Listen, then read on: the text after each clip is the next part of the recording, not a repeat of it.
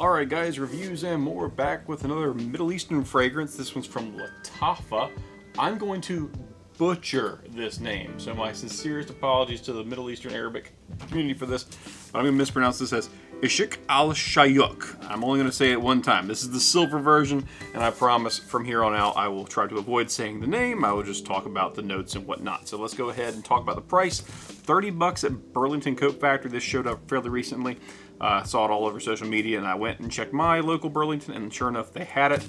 It's about the same price online at discounter, so within like $1 or $2, so it's a good deal there.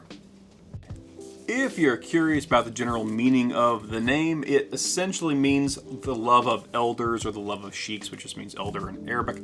So let's go ahead and pop this thing open, and we'll talk about the notes once we get past the nasty cellophane sounds that we're going to have happen in just a minute. So, again, this is apparently, and I have no point of comparison on this, but this is apparently a dupe or clone or whatever you want to call it, inspo twist on Paco Rabanne's 1 Million Lucky. So that's what apparently this thing is trying to basically be a twist of. But I can't really speak to that because I don't own the fragrance, so I couldn't tell you either way. So, all right, let's go. Oh, it opens like this. Okay, I love Lattafa boxes.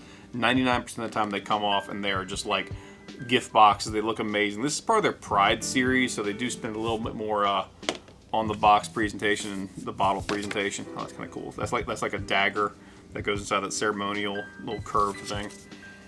And there's a little Pride series advert in there. Got that velvety foam. All right, it's out. Standard sleek black bottle. Nothing really to write home about other than that it's a very nice bottle. No real complaints there. I'll keep the box for a little while to do like later on, like do some short videos, that kind of stuff with the box included maybe, and we'll kind of go from there. All right, so there we go. Nice, robust, heavy bottle. Metal cap, not magnetic or anything, but it does snap in place pretty well, so no worries about it falling out if you're holding it. So nice presentation. As far as the notes, let's talk about them before we jump into actually spraying the spray or spraying the juice. It's going to be notes of lemon and bergamot in the opening. So we're thinking like a citrus kind of bomb. It depends on what it's going to be. Is it going to be a syrupy sweet citrus, or is it going to be a bitter, more masculine citrus? Again, I don't know. Middle notes of pineapple and black pepper. That sounds pretty masculine, and this is seeming to be more like a summertime scent just based on these notes.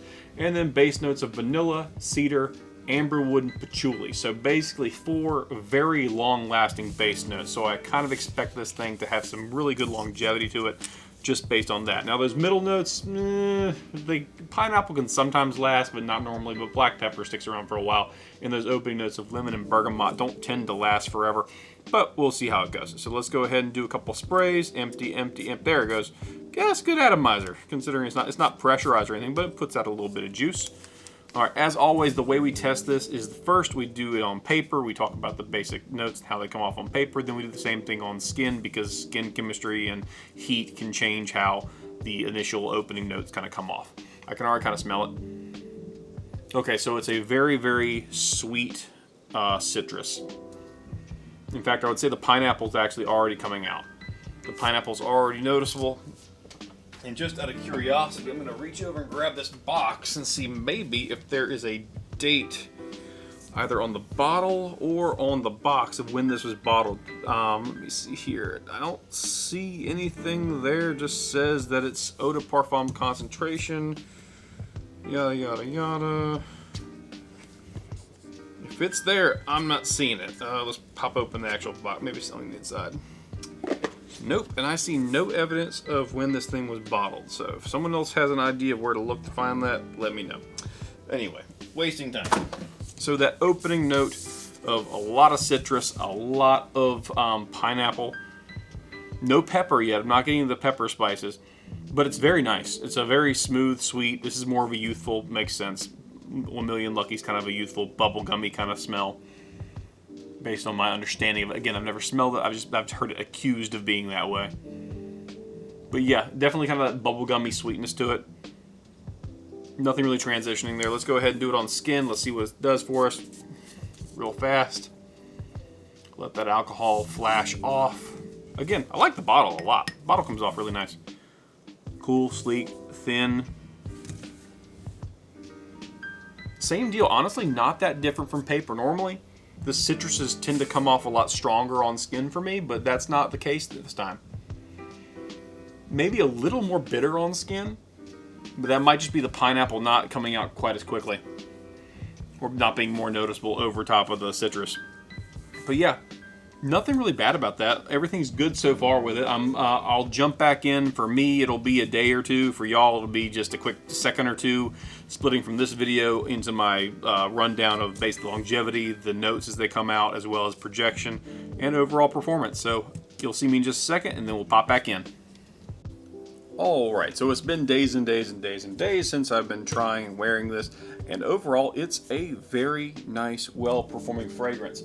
As outside of the top notes, as far as what you experience as time goes on with the fragrance, you get a lot of pineapple, and it's a pleasant pineapple. It's not like a syrupy pineapple. You get a little bit of the black pepper, although it's very much in the background, so don't expect it to be like a spicy mess or anything like that. Then the base notes kind of shine through. You get vanilla, cedar, amberwood, and patchouli, but by the time you get there, it's maybe arm's length at absolute best as far as projection.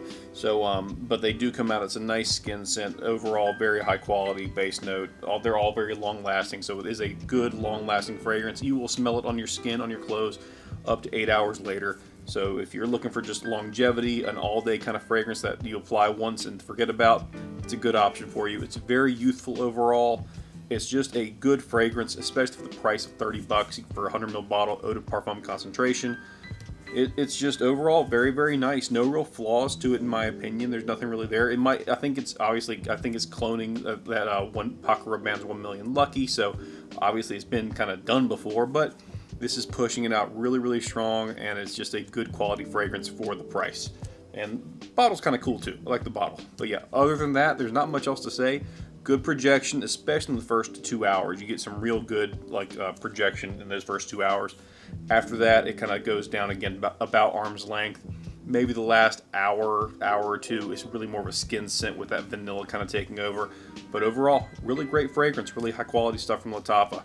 So really happy with the purchase overall.